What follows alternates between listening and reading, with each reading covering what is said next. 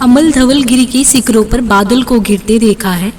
छोटे छोटे मोती जैसे उसके शीतल तुहिन कड़ों को मानसरोवर के उन स्वर्णिम कमलों पर घिरते देखा है, बादल को घिरते देखा है। ये पंक्तियां हैं नागार्जुन जी की। नागार्जुन जी जिनको हम जन कवि के तौर पे जानते हैं, और हमारी ये यूपीएससी के पाठ्यक्रम में जो हमारा सेकंड पेपर है उसमें कुछ कविताएं जो है नागार्जुन जी की लगी हुई हैं। तो ये संपूर्ण कविता बादल को घिरते देखा है। एक तरीके से ये कविता जो कि युगधारा में संकलित बादल की प्रकृति के बारे में बताती है कि कभी अपना चिंतन मनन किस प्रकार करता है। कभी जो है कवि कालिदास भी बादल को से जो कवि कालिदास हैं वो बादल जो मेघदूत जो है उसके माध्यम से कैसे एक विरही के पास संदेश ले जाकर अपनी बातों को रखते हैं। ये यहाँ पे कस्तूरी मृग की बेचैनी हो, बर्फीली घाटियों में क्रंदन करते चकवा चकवी और किन्नर किन्नरियों के काल्पनिक चित्रण हो। तो एक तरीके से प्रस्तुत कविता जो है वो कल्पना दृष्टि से कालिदास और निराला की काव्य जो परंपरा रही है उसी को बढ़ाने वाली है। कहा गया है कविता में, तुंग हिमालय के कंधों पर छोटी बड़ी कई झीलें हैं, उनके श्यामल नील सलील में समतल देशों से आकर पावस की उमस से आकुल तिक्त मधुर भी संत तो खोजते हंसतो या हंसों को तिरते देखा है, बादल को गिरते देखा है। प्रस्तुत पंक्तियों में ये कहा गया है कि कविकार ये कहना चाहते हैं कि हिमालय के उन उज्जवल शिखरों पर हमने बादलों को गिरते देखा है। एक तरीके से बादल का यहाँ मानवीकरण कर दिया गया है कि मानवीकरण अलंकार के साथ सुसज्जित करके ये बताया गया है कि उस शीतल कड़ों की ओस के बूंद के रूप में जो मोती जैसे शीतल कड़ हमको दिखते हैं, बिल्कुल मानवीय प्रकृति के रूप में मानसरोवर झील में स्थित कमल पत्रों पर उसे घिरते देखा है। और हिमालय की उन चोटियों में, ऊंची ऊंची चोटियों में अनेक ऐसी झीलें हैं। इन झीलों के शांत व गहरे नीले जल में मैदानी क्षेत्रों की गर्मी से व्याकुल जो हंस शरण लेते हैं, कभी ने इन हंसों को पानी पर तैरते हुए कमल नाल के भीतर स्थित कड़वे और मीठे कोमल तंतुओं को खोजते देखा है। इस प्रकार कवि ने इन झीलों में जो विचरण करते हुए हंसों का वर्णन करते हैं कि मैंने इनको उन रूपों में देखा है।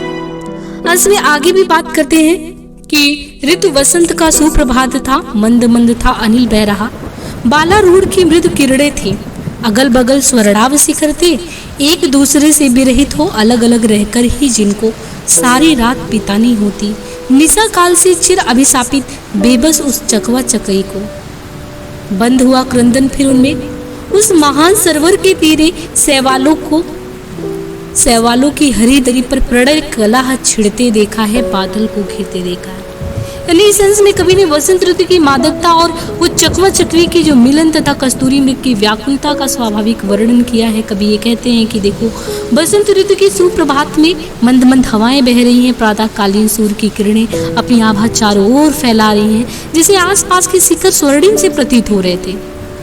प्रातः काल में ऐसे मोहक जो वातावरण है, ये जो प्रातः काल में मोहक वातावरण में रात्रि में जो विरह के अभिशापित व्याकुल चकवा चकवी उनके अभिशप्त जीवन क्रंदन अब शांत हो गए, क्योंकि अब सुबह हो गई है और वे अब मानसरोवर झील के किनारे बिछी हुई शैवाल की हरी चादर पर प्रणय कीड़ा कर रहे हैं। ये प्रणय कीड़ा कर रहे हैं और अर्थात वे रात्रि के वियोग के पश्चात जो उनका पुनर्मिलन है उससे वो अत्यंत आह्लादित और खुशी हैं।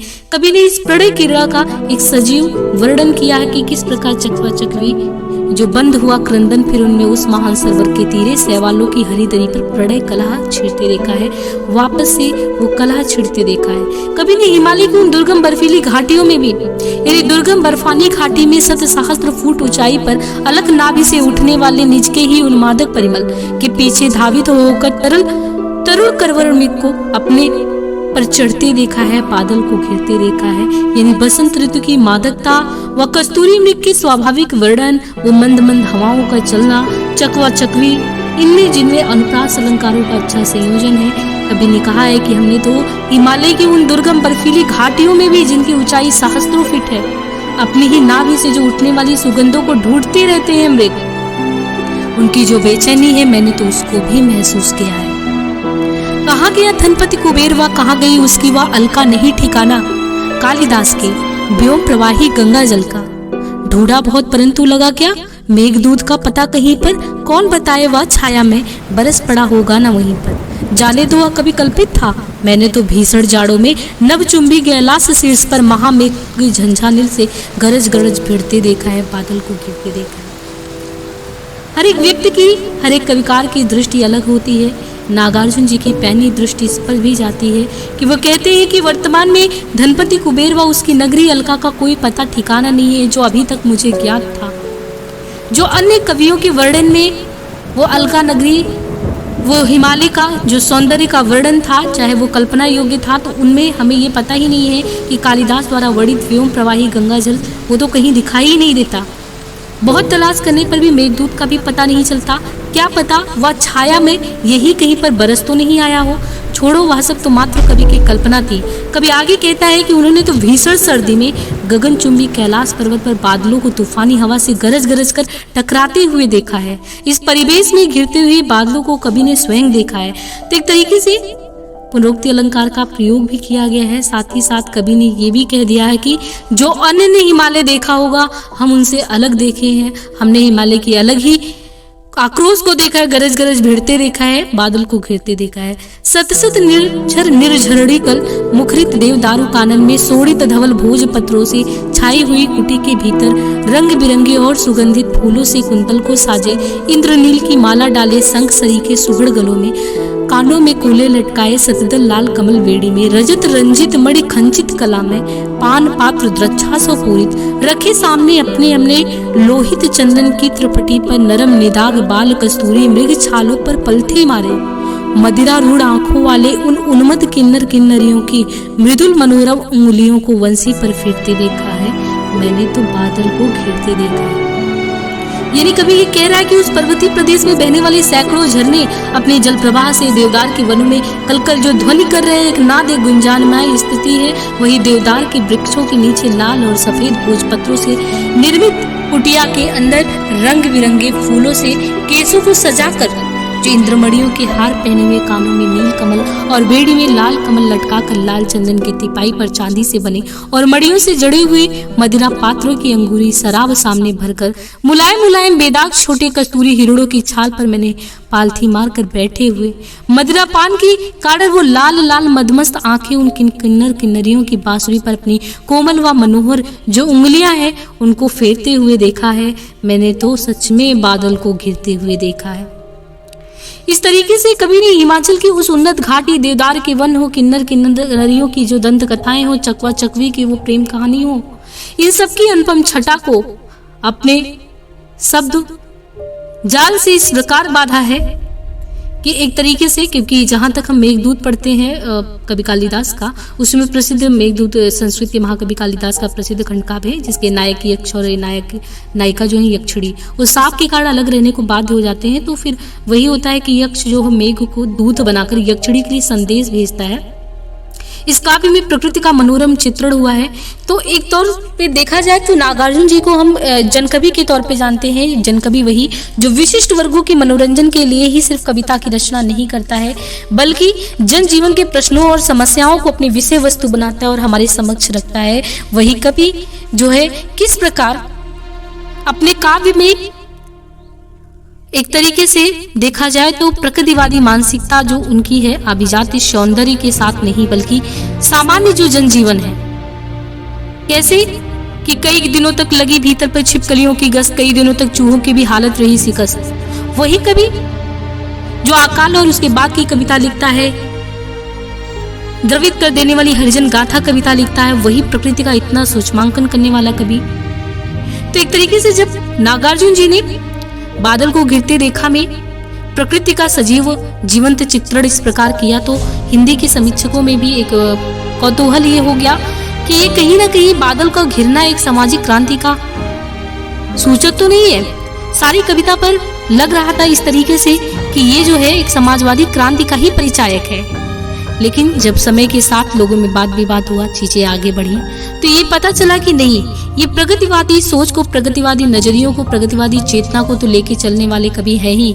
क्योंकि अगर ये वो कवि नहीं होते तो फिर जो दाने घर के अंदर आते हैं, इसके बाद जो लोगों में खुशी व्याप्त होती है, और अन्य जो मार्क्सवादियों का एक तरीके से कहना है कि इतने छोटी छोटी खुशियों पे संतुष्टि नहीं व्यक्त करना चाहिए, तो वो इन सबको दरकिनार कर ये नहीं कहते हर एक खुशी को जीना चाहिए।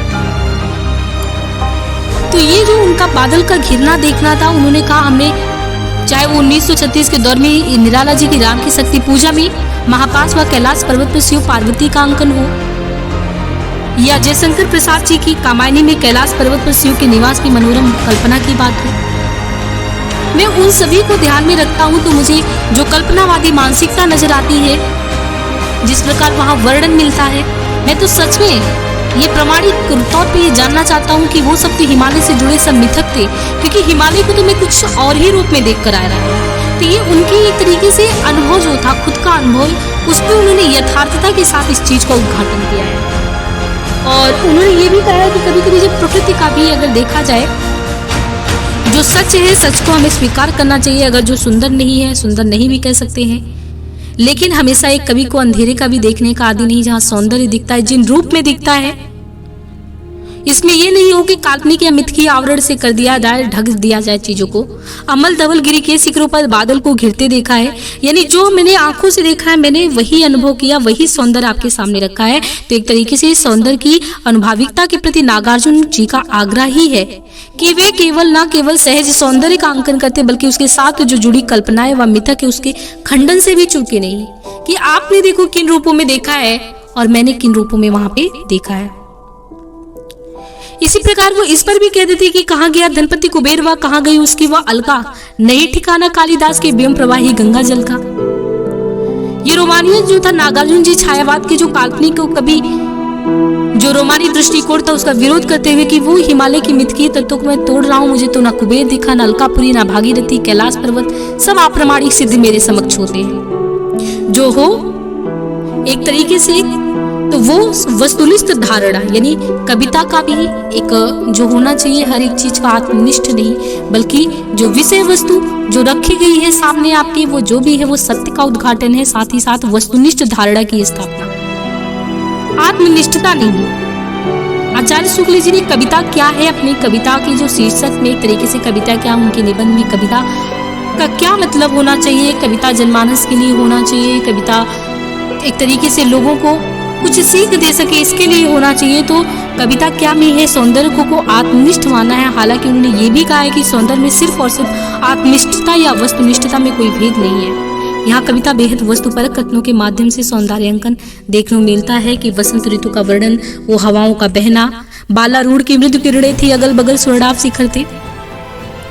यह कविता में महत्वपूर्ण पहलू सौंदर्य दृष्टि व जीवन दृष्टि एक आयामी न होकर बहुत आयामी भी दिखाया गया है कि कविता में एक नागार्जुन ने अपनी वो शैली बनाए रखी जिसमें मनुष्य केंद्र में नहीं रहता, बल्कि जो संपूर्ण पारिस्थितिक तंत्र का एक अंश मात्र बनकर रह जाता है।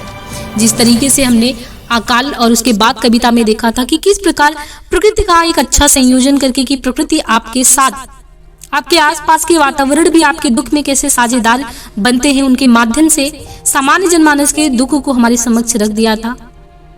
इसी प्रकार यहाँ भी कविता के पहले प्रसंग में हंसों की बात हो, दूसरे में चकवा चकई का प्रसंग हो, फिर कस्तूरी मृग की चर्चा हो, फिर महामेघ व झंझानील प्रसंग हो।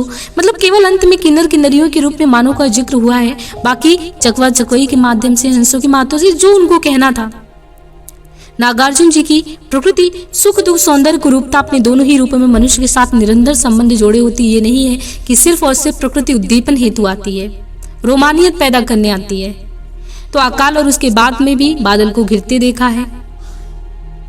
तो इस तरीके से कुल मिलाकर कविता का उद्देश्य ना तो साधारण से आंखें चुराना, ना ही उद्दात की ओर झांकना है। कविता यह मानती ही नहीं है कि साधारण व उद्दात परस्पर विरुद्ध है, बल्कि एक तरीके से अगर आप देखें निराला जी की कुकुरमुत्ता में भी उन्होंने किसके माध्यम से, तो जनजीवन की जो बातें हैं आप किसको भी प्रतीक बना के कितने लोगों को कौन सी चीजों से कनेक्ट हो पाए, क्योंकि नागार्जुन जी से एक तरीके से लोगों का संबंध होना, एक तरीके से जुड़ाव महसूस करना, या कबीर जी का, तुलसी जी का, इन लोगों का देखें तो इनके काव्य में जो जनजीवन की बातें होती थी उनके जुड़ाव की, तो ये ज्यादा एक तरीके से जुड़ पाए लोगों से। उसका सबसे बड़ा कारण ये भी है कि भावुकता व संवेदनशीलता को इन्होंने बिल्कुल अलग नहीं किया, या उसको बहुत तस्मी प्रवृत्ति नहीं जो जनजीवन में लोगों को समझ में आए, बिल्कुल इन्होंने बिंब विधान वैसे ही रचा।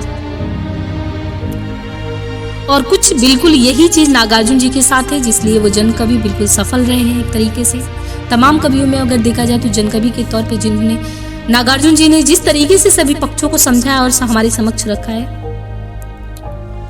वो बिल्कुल अलग ही है। और शिल्प विधान की दृष्टि से अगर इस कविता की बात की जाए तो काव्य रूप में कविता का काव्य रूप गीत व लंबी कविता के संलयन से ही बना हुआ है। इसमें प्रवाह गीत जैसा भावुकता व संवेदनशीलता तो है, परंतु कविता का आकार जो है लंबी कविता है। और भाव की एकान्विति की जो जरूरत है वो देखा जाए तो उस तरीके से प्रसंग में नहीं आ पाई, क्योंकि एक भौगोलिक स्थितियों का वर्णन है। आप ये चीज सरोज स्मृति निराला का देख सकते हैं।